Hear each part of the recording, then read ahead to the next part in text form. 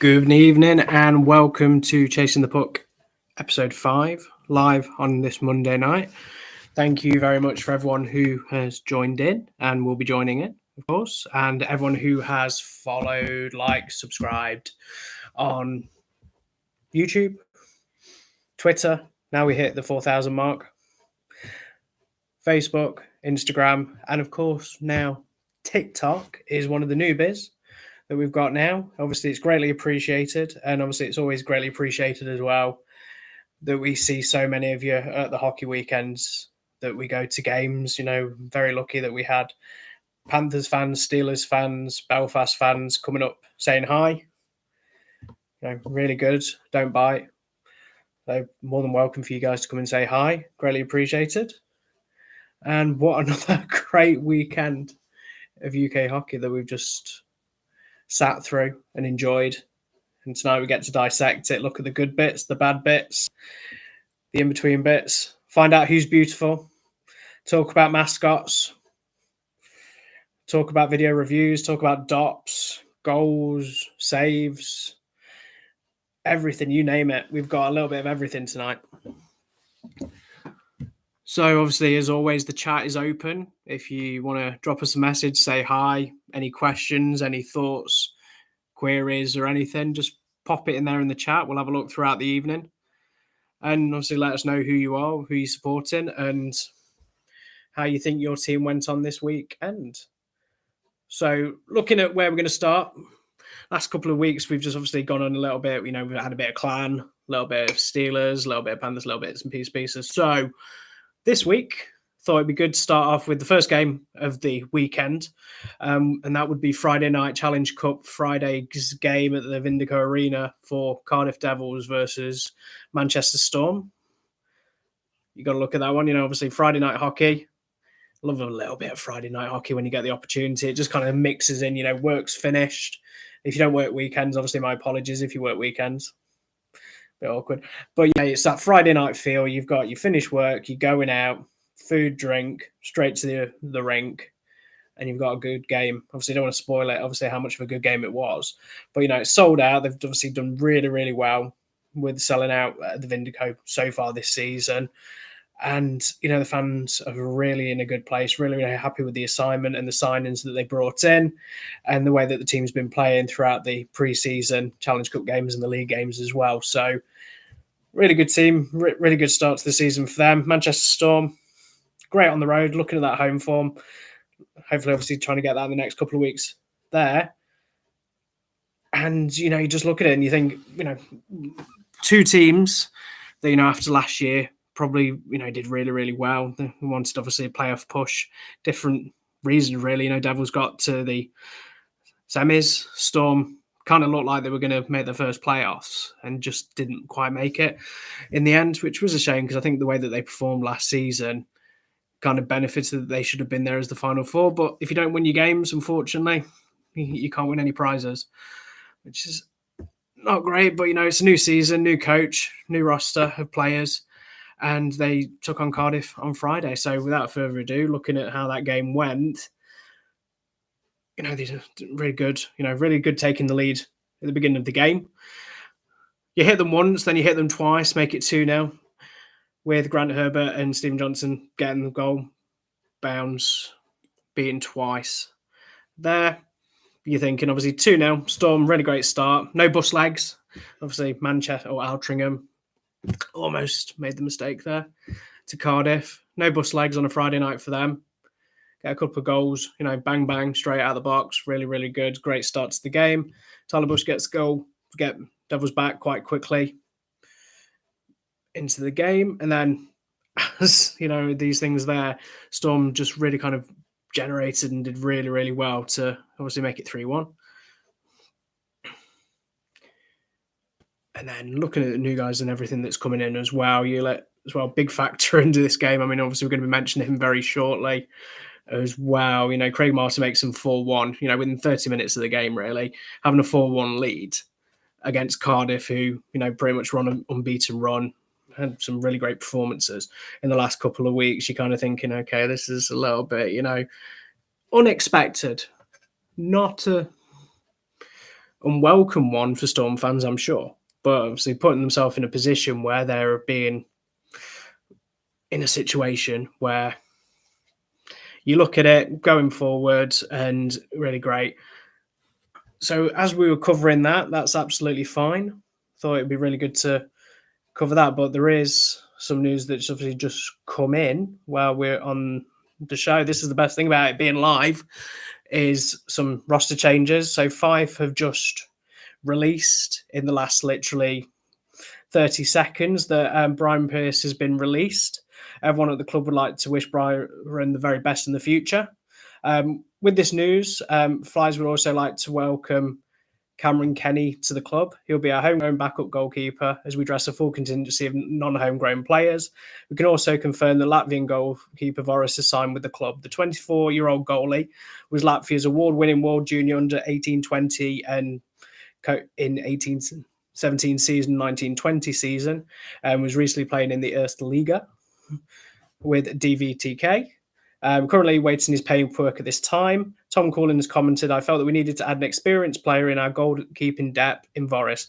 Also gives an opportunity for young local in Cam Kennedy the opportunity to face quality shooters on a daily basis. Both these players will support our starter Shane Owen in the long haul.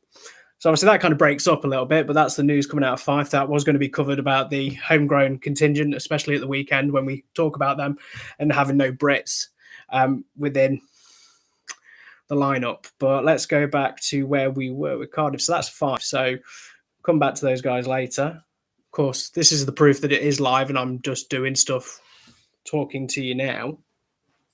Because things like that. But anyway, we're at 4-1 for the Manchester Storm. And then Joe Martin pulls one goal back, 4-2 game, really good. And then Storm, this is the thing with Storm, they were in a position where they were playing really, really well, getting the goals, sorting that all out, and being a really quality performance in that game at the Vindisco. They get the, make a goal, get it 5-2.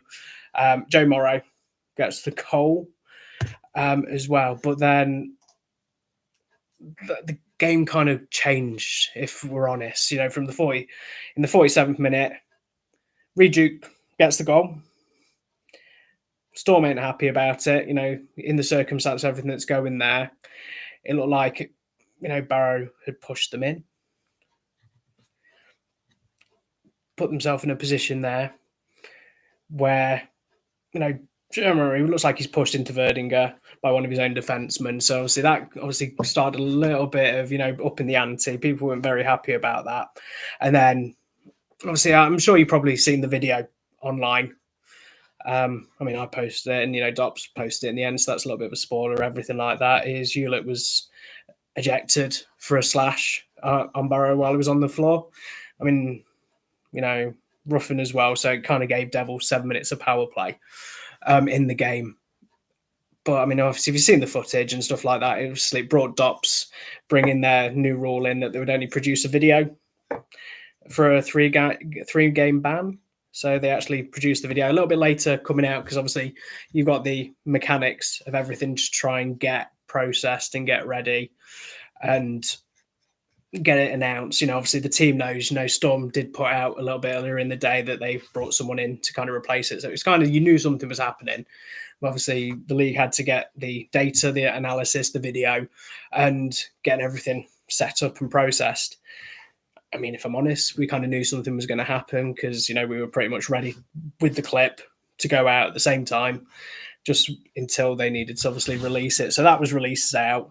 Absolutely fine. People commented and said, it was assault, should be arrested and stuff like that. We saw all sorts of different comments. It should be 1 game, 2 game, 3 game, 4 game, 5 game, 6 game.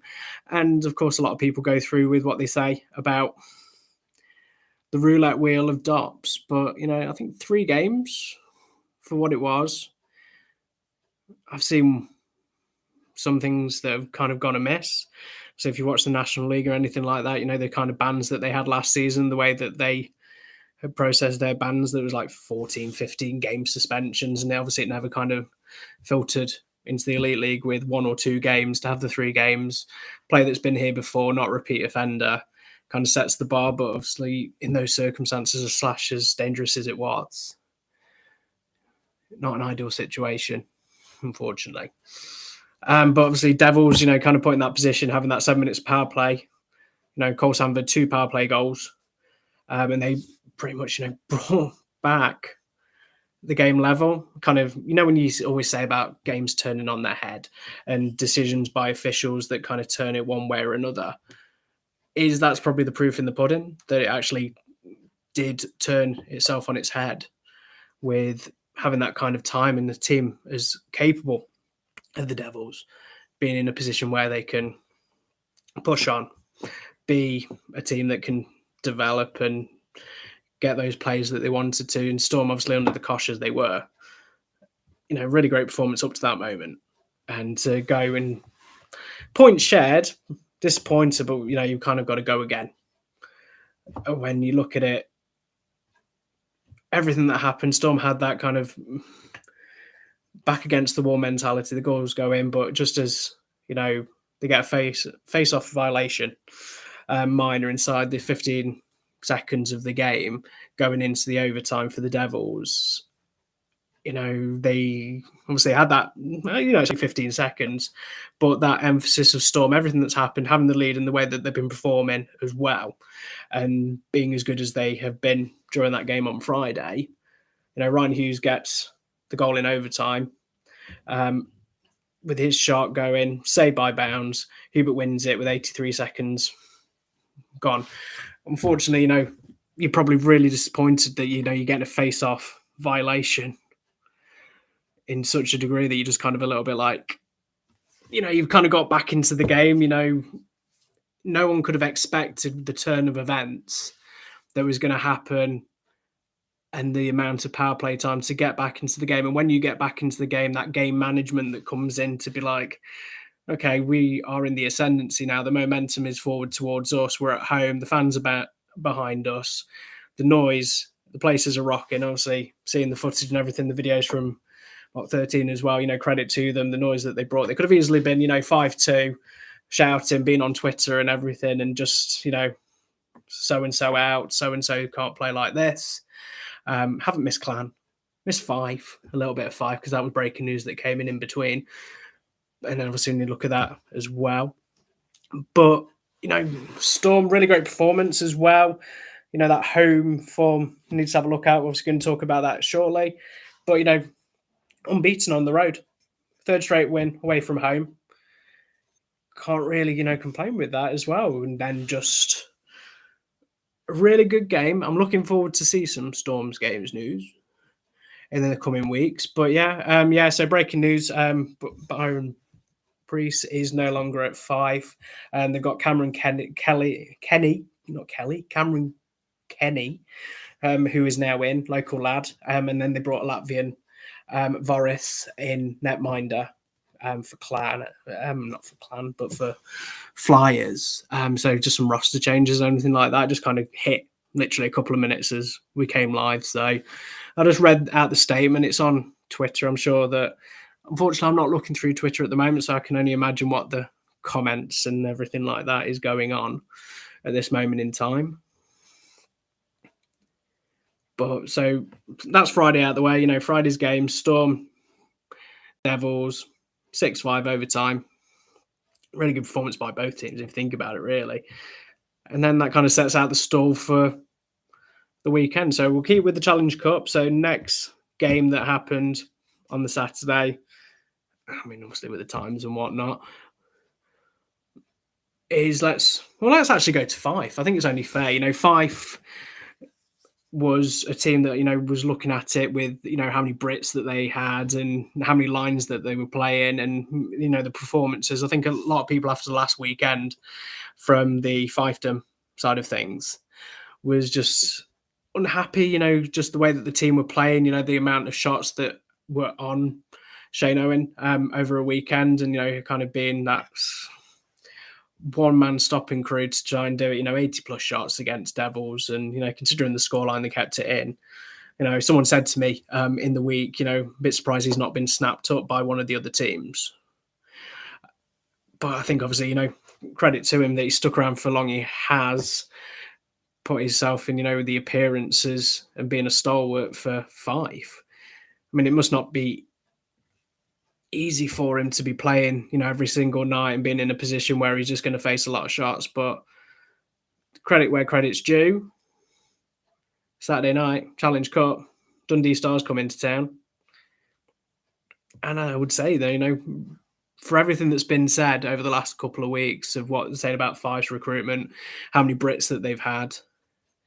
And yeah, I mean, that's the thing. If he won't leave, because he's got a new house and child, it makes sense. The thing is that when you're making routes within that, sometimes it's not about, I could play for another team and it could be a mix and match. If he can play week in, week out, he's close to his family, he's got that support network around him.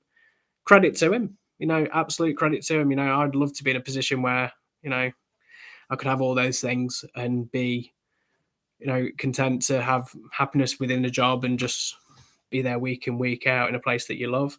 Find a place like that, absolutely perfect. And, game wise, you got to look at it and you just think, quite equal, and from a game, Five got the 47 shots, 44 by Dundee, shots on goal, really quite close, a lot of accuracy with how they did it, efficiency, power plays. If I'm honest, power plays, they're probably really disappointed with, the fact that they didn't get anything on the power play. Penalty minutes, not really a lot of there, 6 minutes for Stars, 4 minutes for Five. Save wise, 34 saves out of 47 and 36. Save percentage, 97%. Throw in 90% as well. And face off wins, 34 to 29. You got to obviously be very, very pleased as a Five fan because everyone kind of went in and was just like, well, what are we going to do? We're in a position where the way the new Challenge Cup format is, they're kind of in a position where as soon as they started being in a position of the way that they were losing, there's no rotation that they can really do with the change in the lines. They play how they have to play. And I've said on here last couple of weeks that Five with a team that I think obviously will be in a position where they can, put themselves out there and obviously get some points on the board and just go against some teams. And I still stand by that. I mean, people might say that, it's early season and whatnot, but for me, I think, Fife are a really good team. Obviously, I'm trying to avoid to say they're goal scorers because as Laura's done an admirable job the last couple of weeks on commentary, I can't say them. I've tried. I have to get into a stage where I need to do this at some point. Coolan, absolutely agree. I've said it and I'll say it again. I'd run through a brick wall for that guy. I think he's got that mentality. He's recruited the players that he wanted to do in the budget that he needed to do it. And unfortunately, you've got to be in a position where he's doing it within the realms of trying to get the right players and sell the projects and the brand. It must be really difficult for them to try and get people close to Edinburgh, which obviously is something that will be announced very soon about something that Chasing the Puck will be doing the next couple of weeks. But I'll save that announcement to any other business at the end. So that kind of gives you a little bit of a hook to, come back on the show. Or alternatively, you could just stick around. But sure, we won't actually forget this week to actually tell you the news and post it on social media. But, really good performance, 4-1 win. But, I mean, that's the thing with Fife. They have a really great performance on the Saturday, and then they go on Sunday against Guildford. Guildford have been a team that, Walechka, they've obviously had to bring a replacement in for him, coming in as well in the week.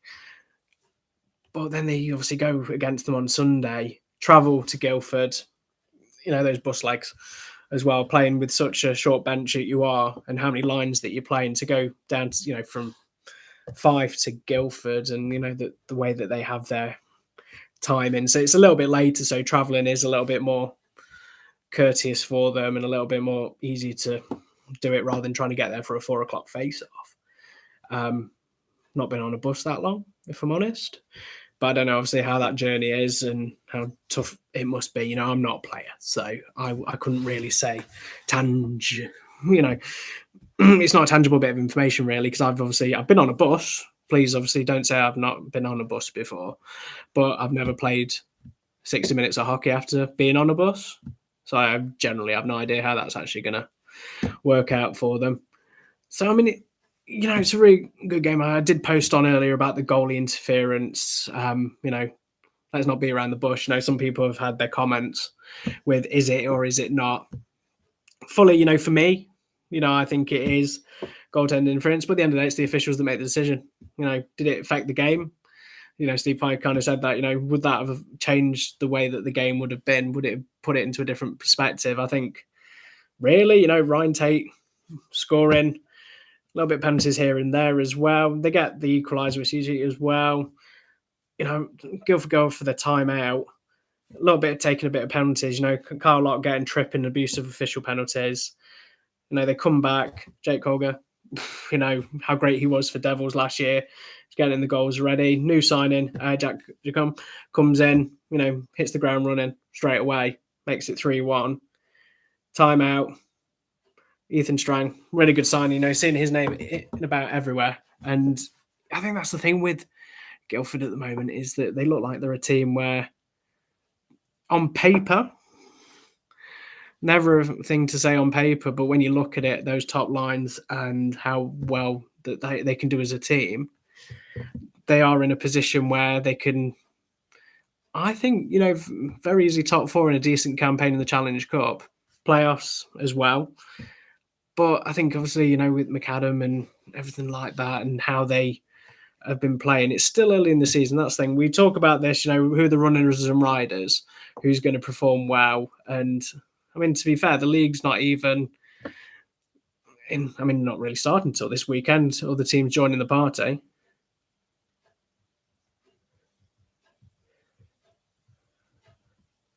So when you look at the table and you think about it and you're just like, well, at this moment in time, nobody's going to put them in a position of being, you know what? This team's going to win it outright straight away. This is who I'm going to put my money on.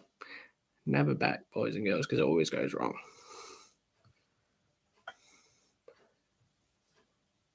So the other Challenge Cup game, of course, that we had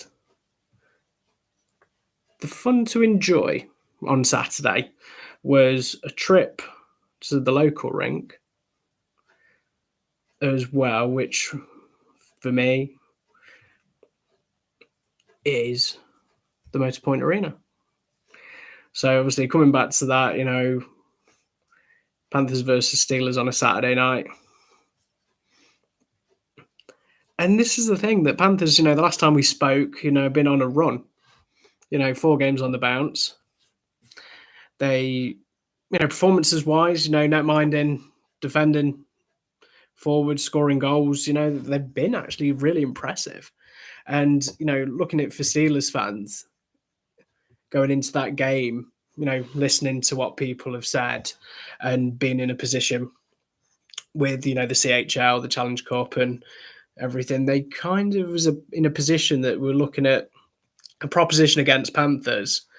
I mean, this is easy to say it in hindsight. I say things that, after the fact, but, looking at it at the time, it could have been a potential banana skin. But the way that the team played, once again,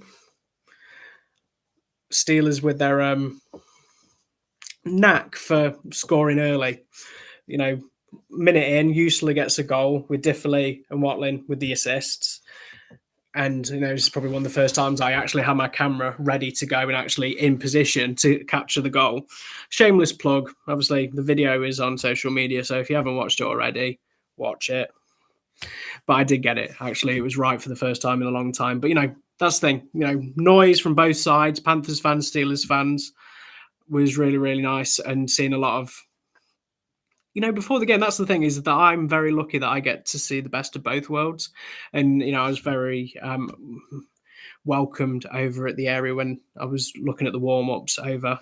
Sitting with Kirsty was absolutely brilliant for a little bit before the game. And then sitting with Faye, Georgia and Alan came and Karina was there.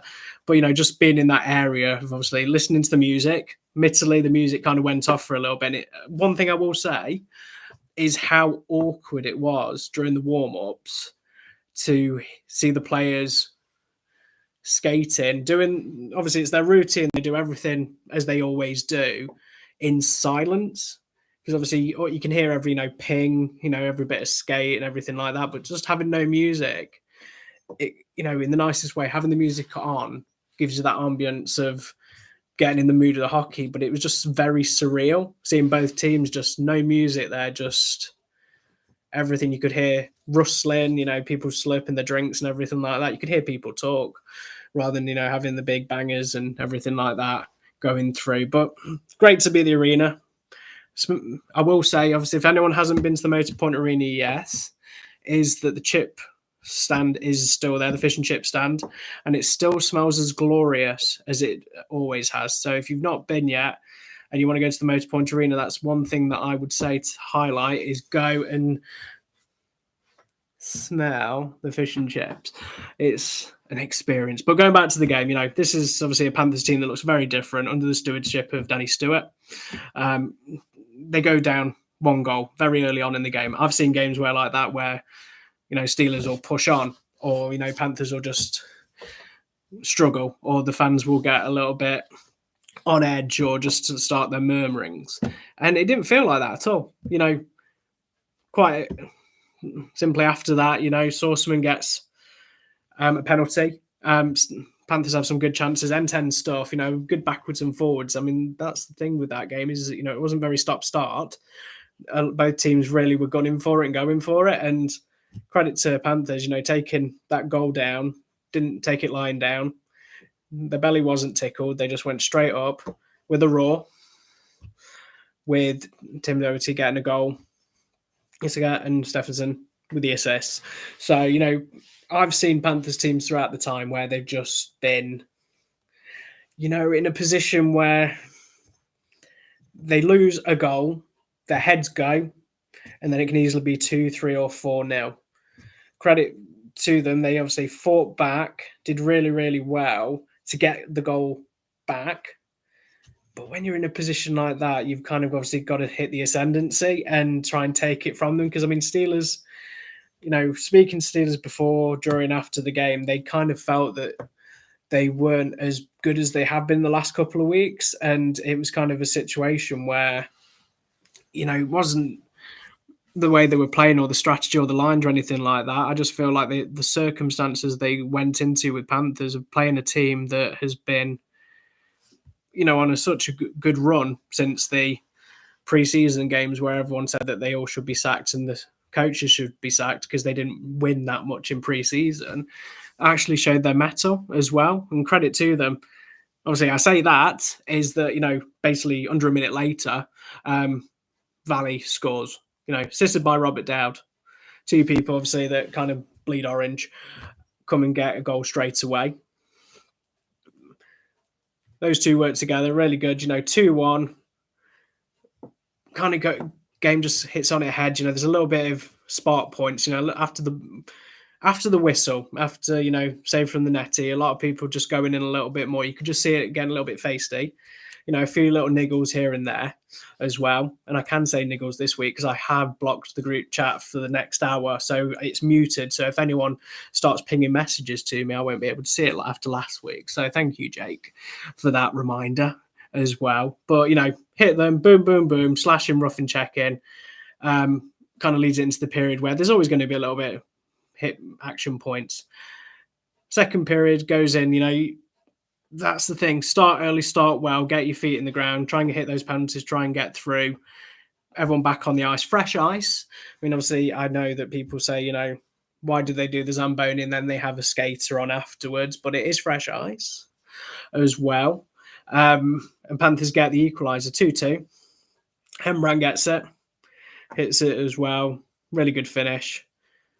And that's the thing with Panthers is that they are in a position now where someone scores past them, they don't rest on the laurels, they're straight back and fighting. They've had opportunities. Same with Steelers, that's the thing is end to end.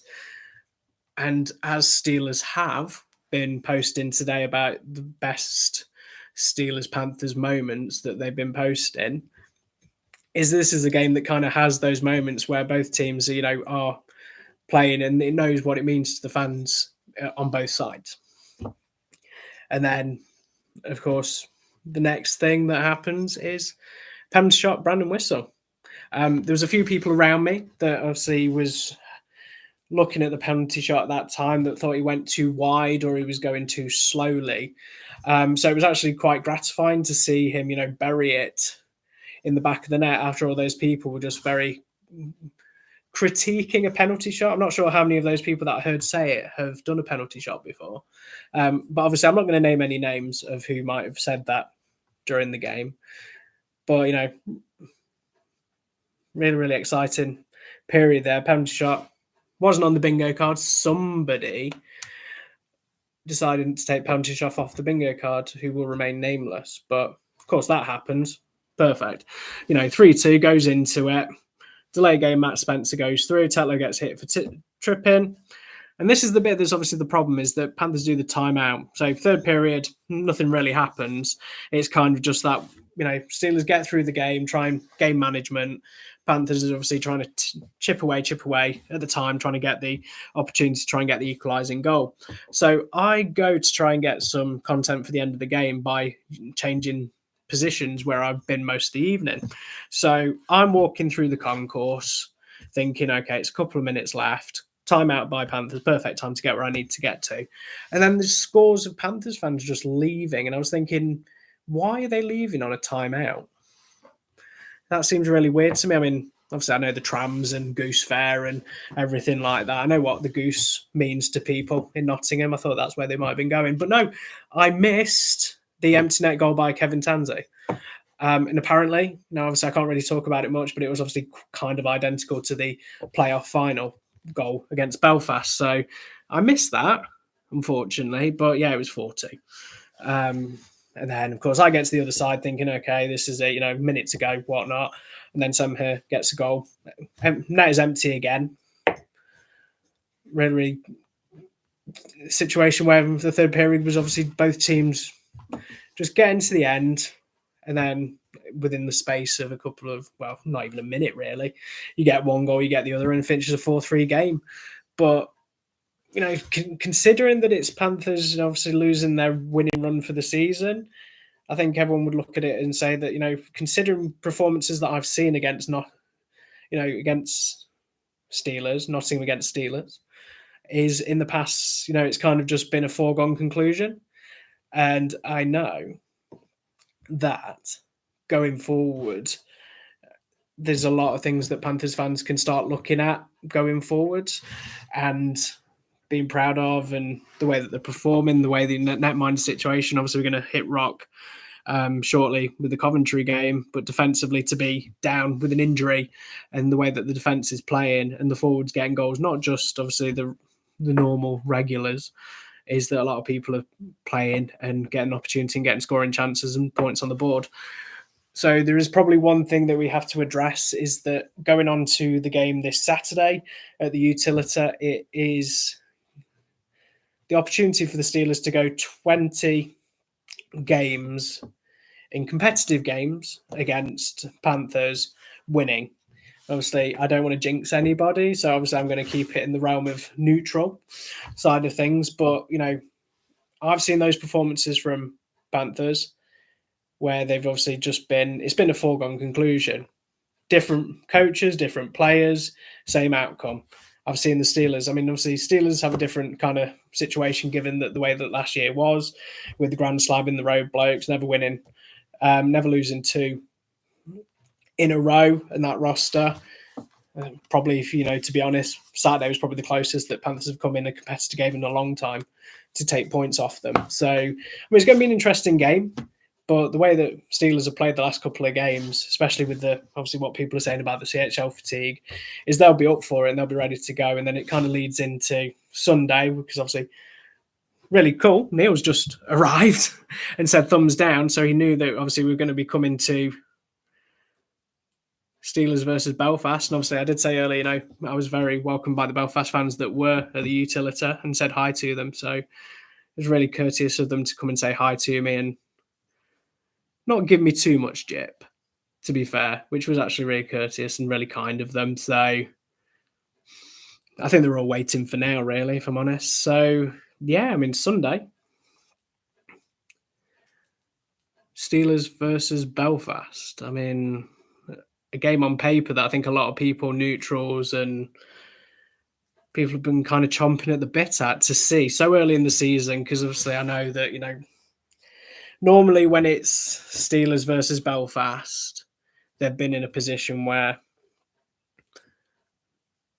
it's been later on. There's been obviously the double headers. I know there's no double headers now for them as they used to be with the way that the system's done. And then, of course, going back, I know thumbs down for the Tansy playoff weekend comment. I do apologise.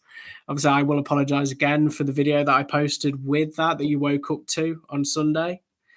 Not really, but I have to. But yeah, I mean, Sheffield versus Belfast.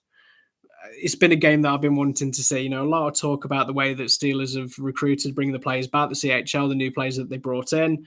Giants, I mean, if you look at the roster, it's stacked. And, credit with them. I mean, obviously, everyone's going to look at it with the 14 skaters and losing people being scratched so late into the day in the game and not having any Brits to recover it because obviously the accompaniment they had, especially the night before against the Storm. But, really great start to the game for Belfast. There was no, obviously they played Storm the other day, so it wouldn't be really bus legs or anything like that, but they were kind of dialed in and set the store really early. I mean, this is the thing with the way that the Panthers game when Steelers took an early lead, and tentative is probably a word that I would look at. Is that it's a very tough one. It's a really big crowd again at the Utility. I think I've said this once and a few times that there's going to be a position where it's probably going to be the hottest ticket in town with how many fans are there. Credit to all the Belfast fans that travel. There's, I saw quite a few jerseys as well. Tanya, yes, you've got 8 double headers. That's not fair. You've got to share. But the way that it started, probably wasn't ideal. 43 seconds going into the game, Simpson takes the tripping call. That's kind of ticking away as well. And then, high sticking by Diffley. So you go on a 5-on-3 straight away. And I mean, it's Giants, their forward line, and that the fact that they're rolling the lines that they were doing as well, they were kind of in a position where they were playing against fourth line, and they've got some really good, talented people on that roster, and Jordan scoring from a Cooper and Conway. I mean, look at that. I mean, the power play goal they got 3 minutes into the game. The performances. It's Scott Conway. I'm sure I'm going to mention his name a few times in the next 10-15 minutes. So be prepared. Coop, Mark Cooper. I mean, this is obviously a stalwart as well for the Giants. 25th anniversary seeing those jerseys up close for the first time as well. And Jordan getting the goal, Kaguchi. Credit to them. Actually they played really, really well. They did not look out of place at all. There was no stress or anything like that. The circumstances of the occasion didn't really get to them in that way. I mean, the only thing, obviously, that was probably a blight of that first period was that, Mark Cooper got a 2-minute slashing penalty nearly 10 minutes into the game. They kind of, shots were coming at them. It was end to end, but everything they did, they just covered and do it. And then, looking at it there, we're all, shouting, stop the puck on the delayed 5-on-3, got the power play goal on the 5-on-4. I mean, that's the thing. They were just like camped inside Steelers' half. And credit to them that, there wasn't any misplaced passes. I've been to games where you hear shoot so many times as well. Didn't hear any shooting shouts from the corner. Is that they were playing their game. They were adamant. They were really, really patient. And then, they got their reward. Of course, going into the game as well, a couple of penalties quite quickly. Bass gets the hooking penalty. Couple of minutes into the second period, Bo Hansen gets the delay of game shooting the puck out play as well. And then, almost like for like as such, really, kind of that pressure was in turn by the Steelers. And, for the most part, it was mopped up really well by the Giants until Levins gets the goal, makes it 1-1 on the power play. Usler and Baumas get the assist. Another name I'm probably going to say a few times in the next 10 minutes is Mitchell Baumas. No apologies again on that. But then you're kind of in a position where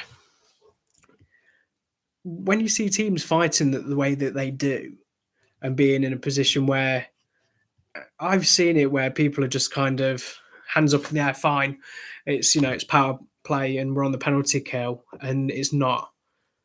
Watching Giants and watching Steelers the way I did yesterday, I was in a position where I was just like everything meant so much to them that every pass that they missed or they weren't in the right position, you're kind of a little bit like they went for every single one. They did not want to concede. You could feel it. And that's a rarity to see with some teams. I know, obviously, please don't get me wrong, is no team wants to concede. But you could just see it on the players' faces after every, the puck was taken out into the neutral zone and just battered away, that the relief of that line change that they did their job on both sides. And, obviously the netminders, getting that puck and stopping the puck was just a bit like, boom. Really, really good. And then, of course, after the equalising goal, Robert Dowd goes for the high stick and then jumping into the cross-checking. Of course, the video's there with Robert Dowd as well with his reaction to the high sticking. I was around the Belfast end and their comments that they were saying when the actual high stick was said was, it was. So obviously I'll take... Hey, guys, because I didn't see it the first time. Obviously, I only saw the reaction afterwards. So second period comes and goes. You're thinking you're going into this final period now. It's a little bit tentative. It's a little bit, one goal game. Probably the first time in a long time where I've just not seen many goals. And it was just very much, you don't know exactly how that third period is going to take place. But spoiler alert, it was well worth the wait because obviously a lot of things happen after that. So Belmas, I said Odementry's game again as well. He gets a goal. Watling Levins as well. And then that's the thing, is that no one took any silly panties. There was no real pushing and shoving in the third period. It was just very much like, this is it, chances, chances, chances, chances. Don't make a mistake. Don't yield. Don't even get into the position when there was an empty net situation because Elijah gets the goal to make it 2-2 with 4 minutes to go. And, you look at the way that Giants were, the relief, the noise that it kind of was that happened, because I think everyone was kind of in a position where it was just like, is it shut up shop time? Is it going to be that couple of minutes of just pure pressure, timeouts, Belfast pushing to get an equalising goal? And credit to them, they didn't even have to get to that stage where they obviously took the opportunity, got the goal 2-2. And then I know that there's been a few mentions on there, but yeah, that overtime, if obviously you get a chance to watch and you've not already, it's a really good overtime period. I mean, Greenfield, 2 breakaway saves that he did. I've got a video of one of them where it just hits the post. He just kind of just pushed it with his foot at the last second and it's just hit the post. And then a couple of saves. Tommy as well for Belfast is, Saucerman almost went coast to coast. Tansy had a couple of opportunities as well. Dowdy, pretty much, I feel like he played the entirety of that 5 minutes the way he was. Obviously, every time he was there, he was just say. And of course, a lot of people have said about it, about getting a point. Obviously, I think we'll be covering the next bits. But before we go to the penalties as well, is also before the game, we'll probably talk about the reaction of Scott Conway during the announcements for the starting 6. He obviously didn't get the best reception going to Sheffield, booed. Not as much as the refs, but he did get booed.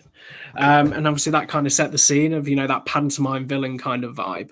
And, after an end game, as Neil says, where you're on your edge of your seat. I mean, I wasn't in a seat, but I kind of feel you would have been on the edge of a seat, if that's something that we can say, because they were kind of in a position where every time the puck went away, you just didn't know where it was going to go, who was going to hit it, and who was going to get the opportunity. Anything could have happened in those 5 minutes.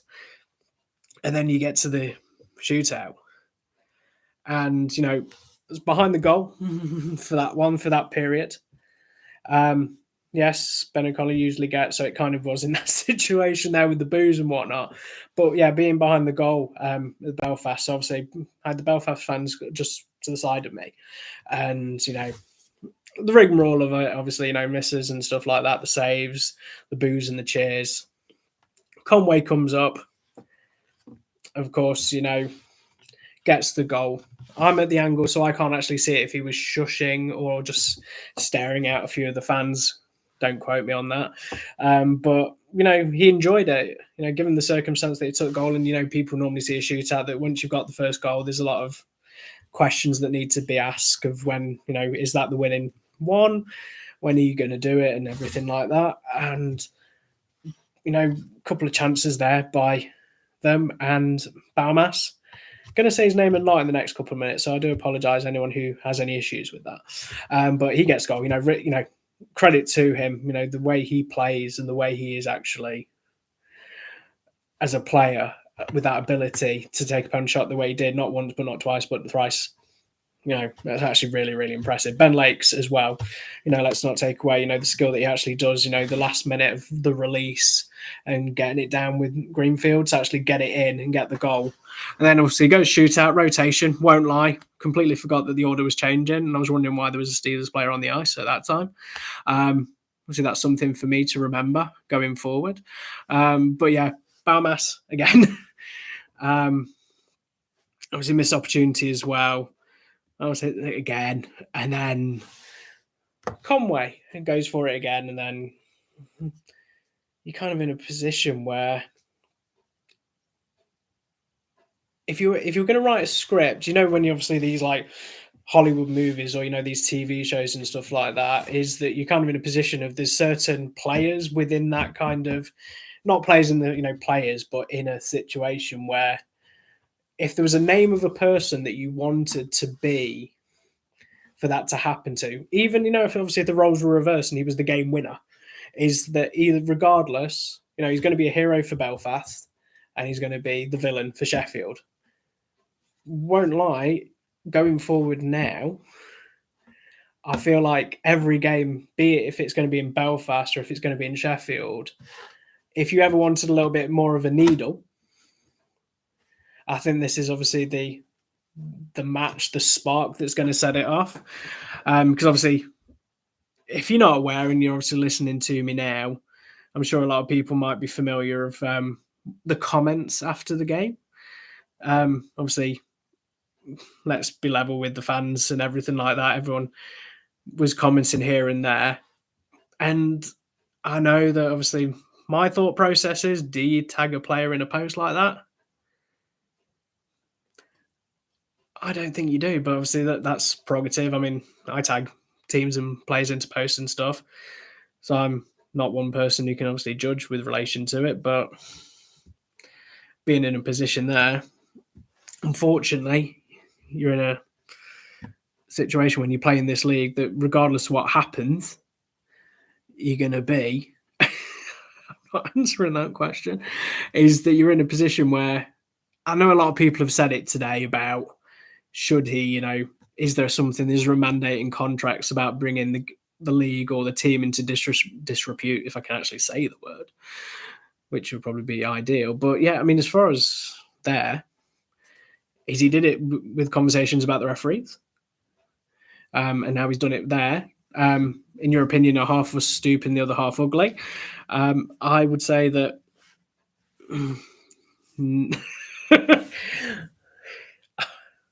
I'm going to get into the doghouse at this point, so I can't say anything. But no, I do not agree with any of those. I don't think anyone is stupid, that anyone that I've met in the arena, and I don't think half of them are ugly, or any of them are ugly. Obviously, I have no skin in the game. Oh, actually, one skin in the game, but I can't actually say anything otherwise than that.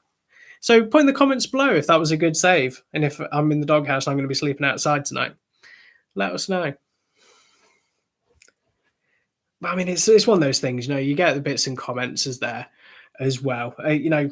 Posting the Grand Slam, Conway achieved a hell of a lot for Belfast. He's back, and obviously I don't like the comments and stuff like that with people putting about, past situations with his private life. I mean, that's something that's no one wants to see. I know if obviously in the public domain and everyone see that as a go-to to have conversations, but yeah, nothing like that. It's about performance of the game. He probably loved being the villain at the end of the day. He probably loved the fact that he got that reaction and people booing, swearing and whatnot. Probably great that he got the goal after that in the pen shootout. Easily on any other night, that could have been one of the goals that set them in the stall as well and get the win. Could have, easily could have got the second one. But I think going forward, anyone, going to the Belfast games, unfortunately not the double headers. Obviously, Tanya's got her 8 double headers. But for Steelers, I think everyone's going to be kind of looking at that game now, is that, officials need to be clever for what happens. Because the thing is, when you've got something like that, is that there's going to be a reaction. Something stupid is going to happen. And, we've seen it, people have kind of not put themselves in glory with what they've done in the past or said in the past. And you don't really want that. I mean, obviously, Neil says it is a show, where they are to be entertained. Same with Karina was saying about banter and taking the piss, but personal insults. It's that you want to go to a game, be entertained. There's always going to be a little bit of drama, a little bit of needling, a little bit of fighting, a little bit of to-in and throw-in. That's obviously what we kind of enjoy and pay for. Is someone going to be looking at it? And it's same with, the Hewlett situation, people posting online as well about, who's going to retaliate, who's going to be someone who's going to drop the gloves or drop a hit or anything like that. And I think that's the thing, is that people always look at pressure points like that. But if you want to look at the response of what we like to see, is, I think best example would be, I know he's been mentioned a little bit earlier on, is Kevin Tansey. He's kind of took to heart Sheffield, with him being at the uni and being here, obviously, for the next couple of years. But he kind of gets the banter and the stuff like that what the fans love. Is, I'm waiting for videos of him singing You're Beautiful by James Blunt. And I've seen videos today where they've been singing Fluxland and someone's added on Bella Belfast City. And that's what you want to see, is, people. I've seen players that have not probably been on Twitter since, like 2013. They've got a page just for the sake of having a page, wanting people to engage and actually, speak to the fans and have a bit of fun and a bit of a laugh, but not in a nasty way. Is that, you look at it and you just see some of the posts where it's like a GIF or a meme or just comments, having a laugh with it. I think that's the thing, is if you can buy into that and understand that they've kind of put themselves in a situation where there's a little bit of fun, a little bit of entertainment that can be had for it. And obviously now he's got a Tansy Smash t-shirt coming out. If anyone saw that on social media, that's the new thing that coming out in the next couple of weeks or stuff. Is, characters. I think that's probably the best way to describe it, is that we would not be anywhere in this elite league situation without the characters. I mean, going back to Sheffield, what they're doing with the posts going forward for Panthers versus Steelers, because obviously they're going to try and get a sellout. They want to get the biggest 50-50 that they can, and obviously get everyone in to the utility for Saturday. Is, when you look at it, there's names there, Robert Dowd, Jono Phillips. The fact that they're just ringing out, Armstrong as well. And obviously I had to get educated today with AAA Mello, because I wasn't 100% sure who that was. Luckily, Karina was on hand to point that one out for me again as well. And then, Cowley, Sayer, Wilson. Fact is, there's characters, there's names that, that's why I love posting the stuff that I do about, can you name a player that, people can't remember that's kind of obscure? Because the history of things as well fascinate me. And, there's going to be down the line, the next couple of years, when people are going to be thinking, you know what, these players, I mean, if you think about it, last couple of years, Yellowhorn was an example that, was here for a couple of years, Coventry, Clan. You saw his name here, there and everywhere. And, he made an impact. Matthew Toussignon, a couple of years at Panthers, his name lives on. I mean, it's never a week where I see a jersey without his name on it somewhere in Nottingham. But, there's so many players that you can think of, that there's just people that have made contributions to fan bases and support as well, that kind of ring through the ages and live on as well. And obviously I know that's the last couple of years. There's probably hundreds of names that people can think of, and you can send them me. Absolutely fine. Don't mind. But you look at it and you just kind of go, let's have a bit of fun with it. I'm all for having a bit of banter and a bit of a laugh, and, there's certain things that we can have a laugh at, funny moments, silly situations, clan-based meltdowns. Oh, sorry, I meant to say fan-based meltdowns. I do apologise if anyone was in a position there.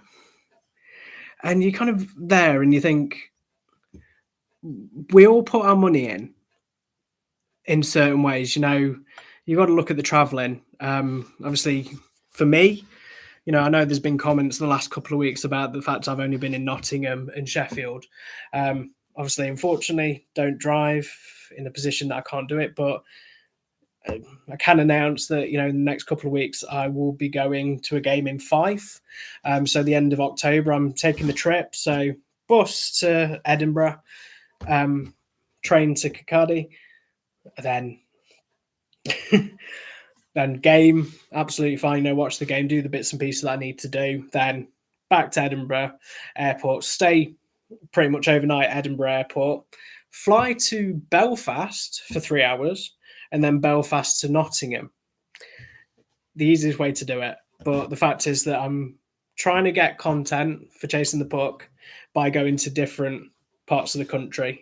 I've said it, I want to go to National League. I'd love to go to Hull, Leeds, MK. There is some leagues in the Elite League. So Fife was one of the rinks I've never been to. Stars is one that I've never been to, and Clans, one that I've never been to. So hopefully this season, that's the year. But the thing is that people have to remember is that it's very easy to go to certain games, but it's also the fact of trying to get content. Because in the nicest way, I have to take 3 battery packs with me to a game because my phone is constantly switched on to do photos or videos to capture stuff. I think over the weekend, I've got 600 videos. Most of them aren't anything because I kind of don't want to miss a goal or a pressure point of during the game. But there is just so many different little pieces of just trying to get, for 30 seconds of content that I put on the social media channels, there's probably a lot of near misses or random things that I just record that I'm just like, but then you hit a gem every so often. But then you've got to remember, a lot of teams have really great social media presences. So you're kind of in a position that, you can't bite the hand that feeds it by recording that is against policy, and, you've got to be mindful of rights of players' rights and materials and everything like that. So it's kind of trying to find that fine balance. Same with using photos with particular photographers and speaking to them within the league to know who I can and can't. That's why I kind of try and make things as best I can on Canva to cater for everyone.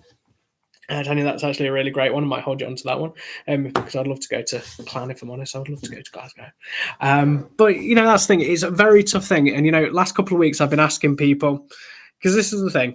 For me, is, I kind of get the comments, it's a Steelers fan page, it's Chasing the Steelers, or, I've heard quite a lot the last couple of weeks, is I can't get to 10 rinks. On a game day, I'd love to be a different rink each week, but I work a 9-to-5 job. I've got a wedding to pay for, as Karina has politely asked for, and reminded me. It is tough. It is very tough to try and get as much content out as you can and not spam people. Because that's the thing is, with the bingo card, at one point I was doing about 30 posts probably in 2 hours. It got very hectic to a degree that I started doing the threads. I started trying to slow it down by putting a 3-day one, a bigger one, but on a 3-day one to do it, because it was kind of a little bit, you guys want to just read your hockey stuff. The last thing you want to do is, the last thing I really want is I don't want you to mute me or block me or unfollow. Obviously, after the Titanic situation, I know I messed up there and trying to fix that again by not doing that again. But yeah, you're kind of in a position there where it's tough. I love what I do, giving you the content and trying to find bits of engagement, little bits that I can just give you guys from UK, abroad, wherever I can find hockey, or just the funny side of things, pigeon photos and videos and whatnot, and just the things that you don't normally see on social media channels from the teams. But if I could get to every rink every day, I'd love to. But with work and everything and stuff like that, and Karina won't drive me, I'm kind of stuck. But if you ever get a photo or a video and you wanted to share it, absolutely, absolutely fine. To either just, even if you post it and you just tag us in it, I'll retweet it. Absolutely no problem at all. And do anything like that, because at the end of the day, it's for the fans, by the fans. I'm going to be posting for some new writers in the next couple of weeks. So in a position there, we can do it where we can get information for you and you can get information there. You can enjoy your stuff. And the people who've already sent me stuff, really appreciate it.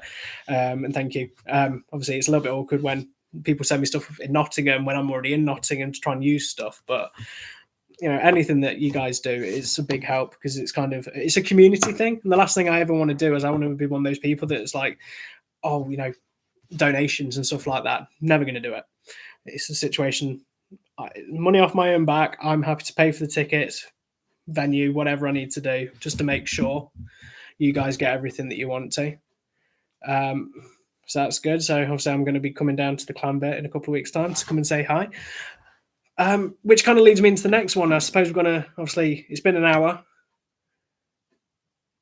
Should we talk about clan? I suppose it's only fair we talk about clan. Everyone's been waiting for clan. So, Saturday night. So after Cardiff playing Storm on the Friday, bit of a travel up. I mean, that's the thing, trip for Devils as well. I mean, if anyone saw it, Devils posted their kind of travel arrangements through emojis.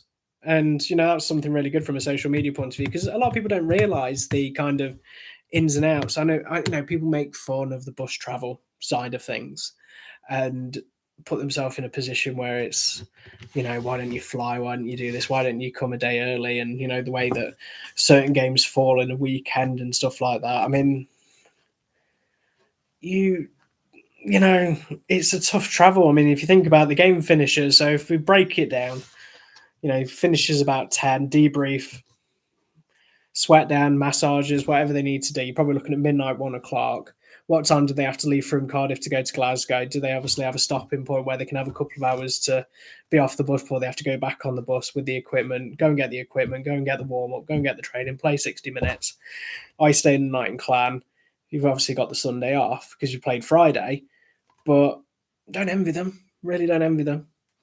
I mean, obviously going from Cardiff to Clan in Glasgow, really tough one. But considering that they went, really, really quiet first period. A lot of people, bus lags, would say that obviously Clan would have the opportunity to get a goal. And obviously home ice, really say, I've seen the photos of Clan's new layout, the flames and everything like that, and obviously the pomp and circumstance that they've got for the new rink, the new arena at Braehead, and the new big screens. I mean, obviously it was nice to see them out and about and fully working, and hope everyone fan-wise really enjoyed it.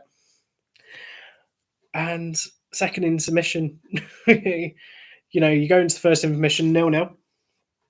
Really good position. Clan Devils really playing well. And then second period, Sanford gets a goal. Josh McDonald gets a goal, EIEIO. I always feel like I'm going to keep saying that every time I mention McDonald's name, which is absolutely fine. But, they kind of hit you 1-2 as well. But as Tanya said, Devils going because the score didn't reflect the game. From the footage that I've seen, you look at it and you think, there isn't obviously an opportunity there for Clan. The way that they've been playing, obviously, Corey knows the league as well. Playing against Pete, hit it for goal number 3. Sam forgets goal. A couple of penalties here and there and whatnot.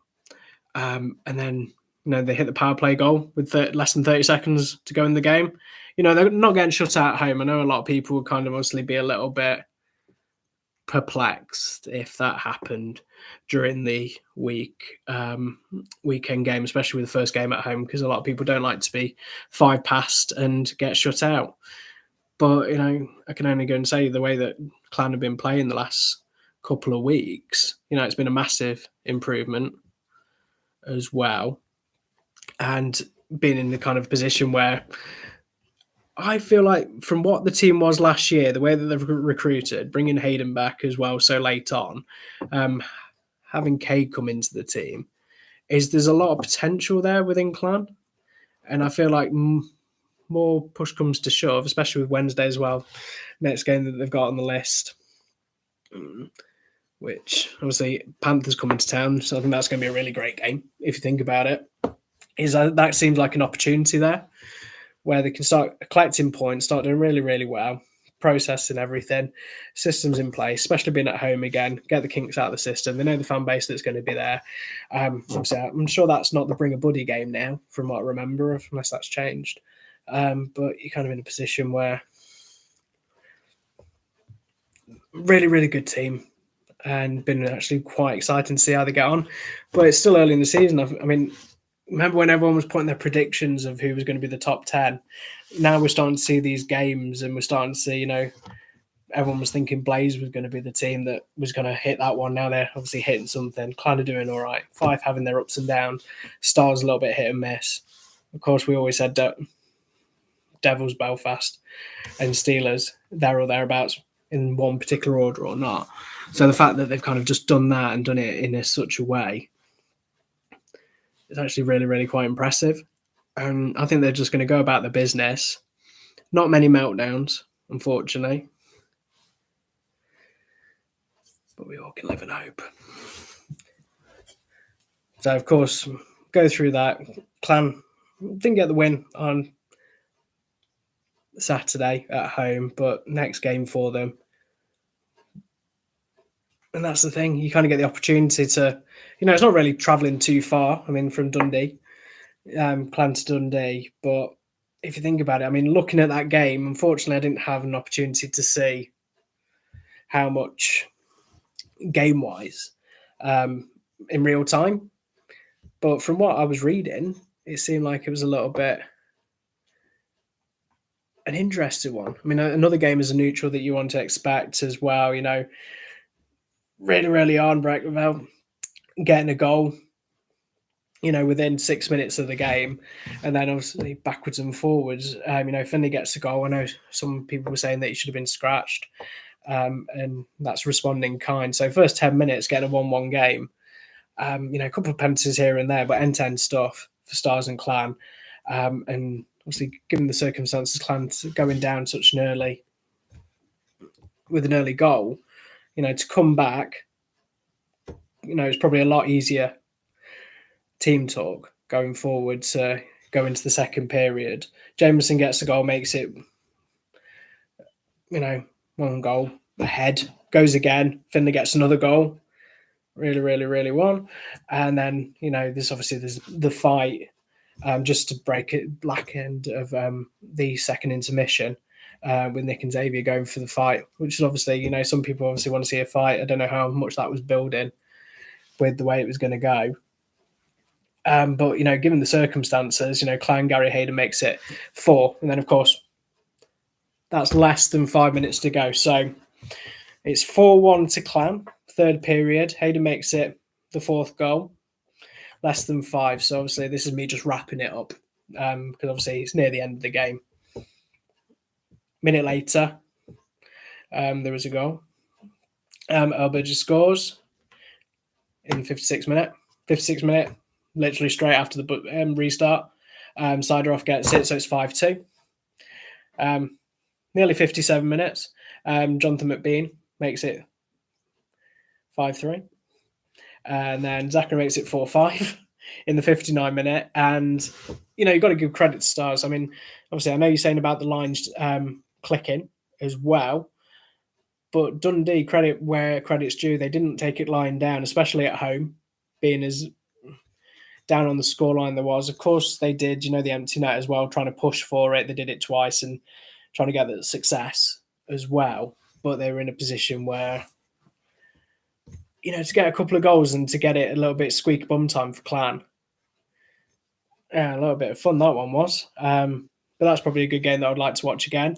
Unfortunately, obviously, I'm assuming that's not one of the games that's going to be on Premier Sports 2, which I know that obviously they've started to advertise now that because of the deal that Clan have with sponsorship, that the games are available on Premier Sport 2, which, actually, to be fair, a lot of people said a couple of weeks ago, what we're going to do, get more people watching games that aren't going to come to the arenas and pay or going to be buying a stream.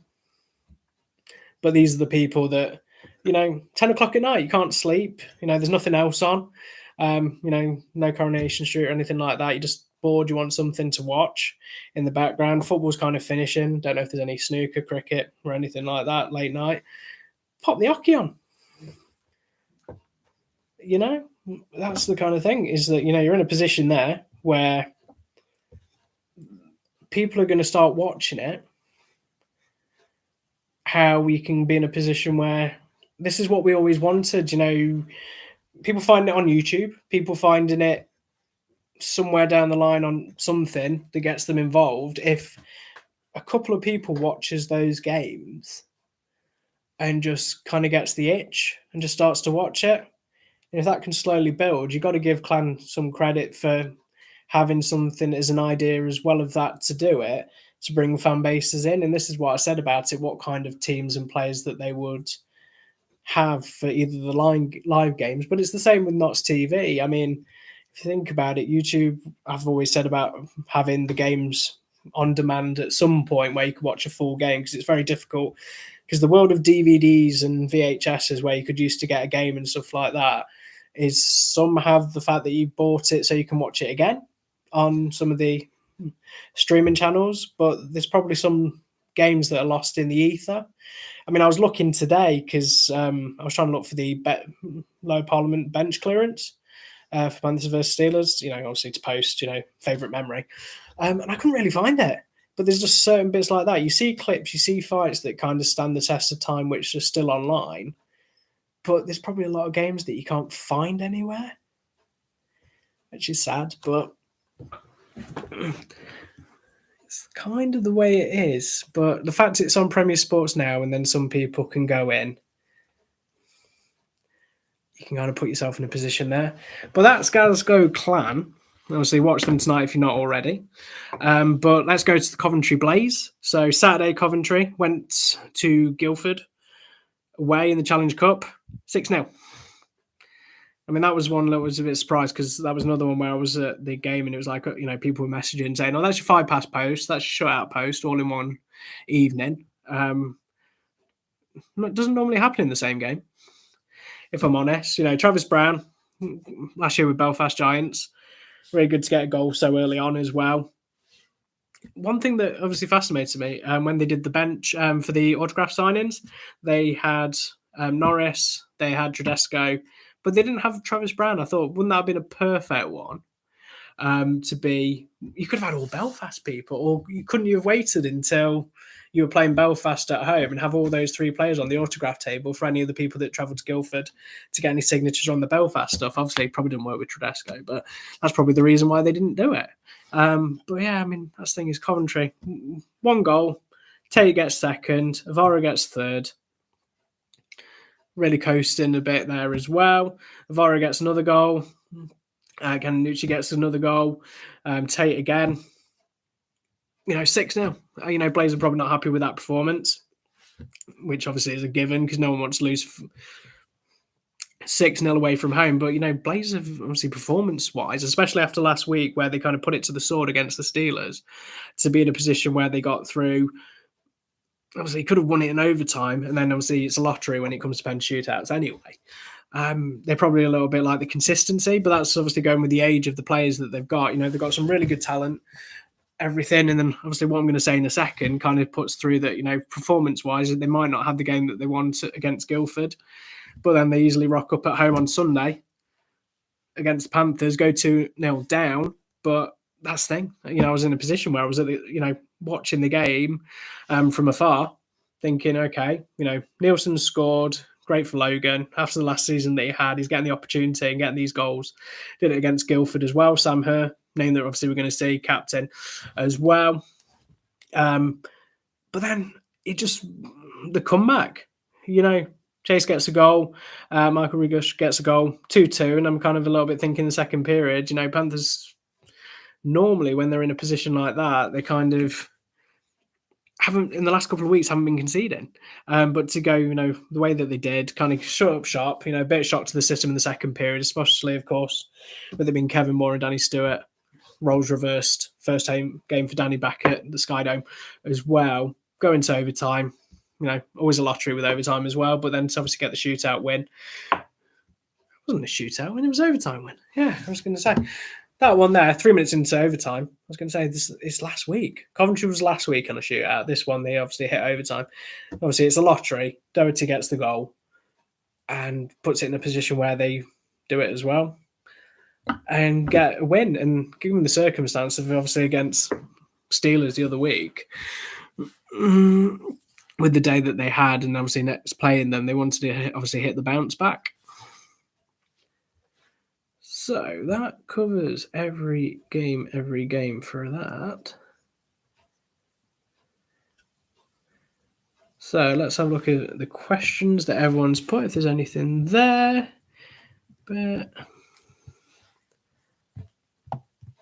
So someone's posting there. So which player performed the best this weekend? Who's your highlight of the weekend?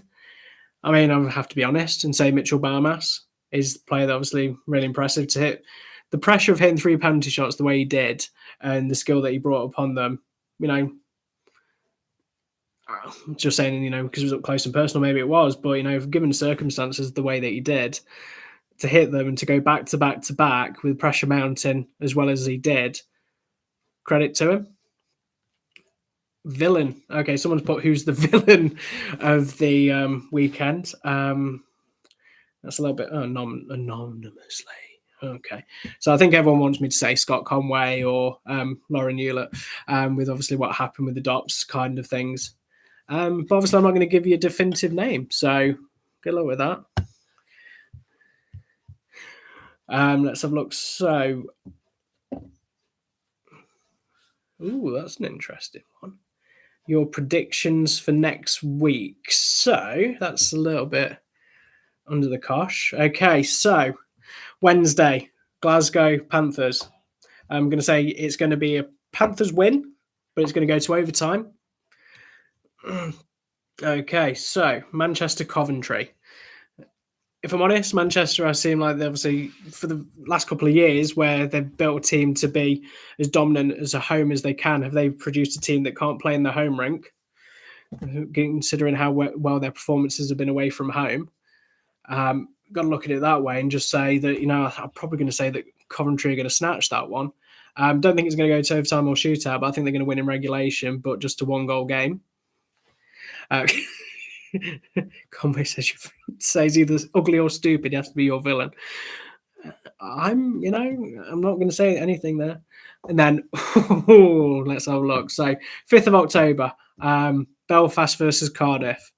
Obviously, Cardiff lost that losing run. Belfast at home. Always know that Cardiff fans travel in numbers when they go to Belfast. I mean, prediction there, it's going to be a hell of a night in Belfast town centre. If I'm honest, I mean, to be fair, that's probably one of the games I'd love to go to because I can imagine the atmosphere and the crack that happens between those two teams when they travel. Neil's put 6-2 Giants. Let's have a look. I haven't seen any Devil people comment, so it's only fair to keep Neil happy. And I'm going to say it's going to be a Giants win, but I'm going to say it's 4-3.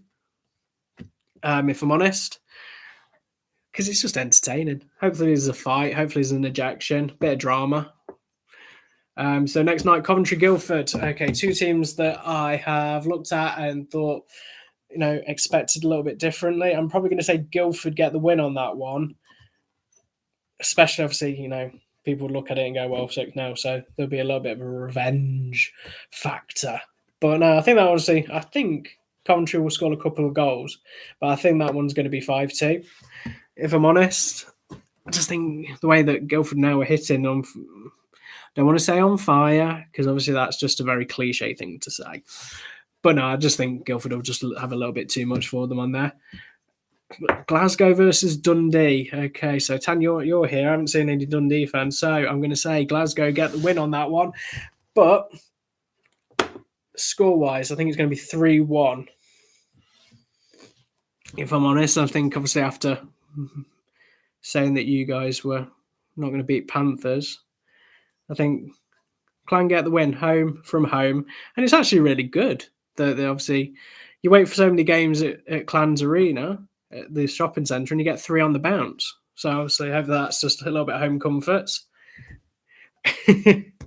Next game, Sheffield Steelers versus Nottingham Panthers. Okay.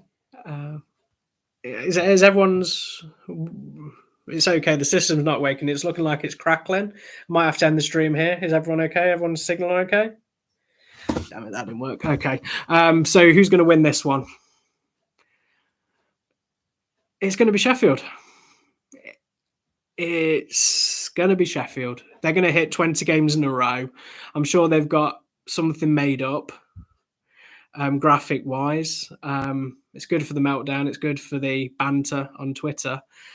But let's not beat around the bush. I mean, Steelers, the way that they're playing, Greenfield, the performances, Tansy Sorceman, Diffley, Gamond as well, Dowdy, Valorant, Baumas, Watlin, Evans, Michelli's not even played as much yet. Young Brits that are coming through, Strudder and Whistle, get an ice time.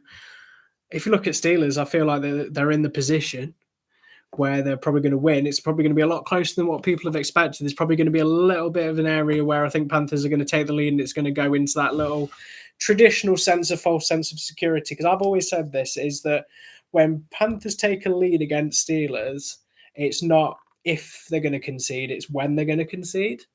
And obviously, seeing some of the videos today when people are posting like a 1 second buzzer beater in the memories, Steelers just have that kind of edge where they don't go down without a fight.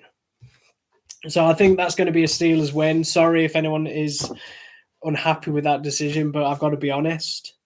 And the last game for the 5th is Fife versus Manchester. So obviously with the changes with what Fife's doing, I saw earlier in the chat that Lital is back. Been a while since seeing that guy. But I'm going to say that, obviously with the form that it is, I'm going to go Fife. I just feel like this is another thing where something happens. There's always this bit of drama, bit of, and ahhing in the conversation-wise about what's happening, how many people can the ice, how can it be so short, where are all the Brits, and everything like that. But I just feel like they're going to get the job done. Is that all the outside noises and influencers kind of go by the by, and I feel like they're going to get the win. And then obviously that's Storm's run of away games. So apologies, Storm fans, but that's just obviously my thoughts. Then the 6th. So talking about bus legs, Fife goes to Nottingham on Sunday. Obviously, my prediction about the Saturday game is I'm probably going to say that that's going to be Panthers win. Obviously, it's just the law of averages, because how often do you see a 0-point weekend? Which, if anyone knows me, knows that that's about to go on the bingo card for next weekend. Unless I do a one special on Wednesday. We'll see. Watch this space. But yeah, I just feel like Nottingham are just going to get that one. They're obviously going to hit by the bit, travelling for 5, short numbers. They're going to have a really tough game against Storm on the Saturday. I just feel like that's just going to be a close game, but Nottingham are going to edge it. Dundee versus Sheffield. See, this is the thing. That one, especially after a really tough game against Nottingham, to go then to Dundee the next night, it's going to be a tough one. It's going to be a challenge for Steelers. I think they're going to just edge it, if I'm honest. But I just feel like that one's going to be either a game where they're going to go down, it's a comeback, or it's just going to be a 1-goal game, maybe go to overtime, where it's just like a little bit pushing the button a little bit. And then Guildford versus Cardiff. So that one's going to be an interesting one, because obviously the type of players that are going to come there. And I know that they have a little bit of tasty battles as well between Guildford and Cardiff. Obviously, a bit of a travel as well. I'm assuming Belfast, I don't know if you'd stop over or you get the ferry or you get a flight. I'm going to say Cardiff on that one. I just feel like the numbers that they've got and the type of swapping around that they can do and the type of play. Tough game, really close game, I think, against Belfast, like I said. I think they'll obviously hit the ground running on that one and get the win.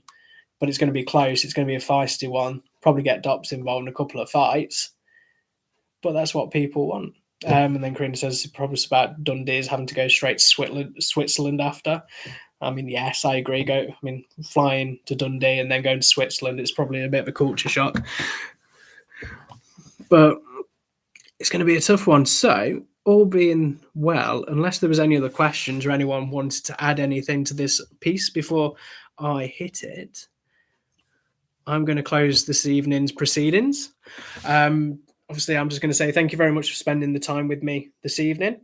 If you're not already, give us a like and subscribe on YouTube. If you're not following us on Twitter, give us a follow. If you're not following us on Facebook, give us a follow. If you're not following us on Instagram, give us a follow.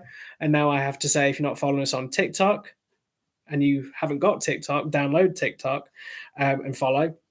I'm still learning about TikTok, so give me a couple of weeks and I should be the best at it in the world. I have no idea what's going on. But no, looking at it going forward, thank you so much for the support that you guys do. Thank you for coming and say hi. Obviously, if you're listening to this and you've never come and say hi before, more than welcome. Please come and say hi. Obviously, I love talk hockey, messages, anything on here, but chats or anything like that. Always open. Always like to hear what people are thinking. Within hockey, feedback. Ways we can improve it. The ways what you want to see. Just let us know. But it's really a pleasure that we've got to episode 5 and I've not been cancelled and people are telling me to stop yet and had an intervention. But obviously, just thank you so much. Enjoy your week of hockey. Have a great time. And I'll see you all on the other side. Bye-bye.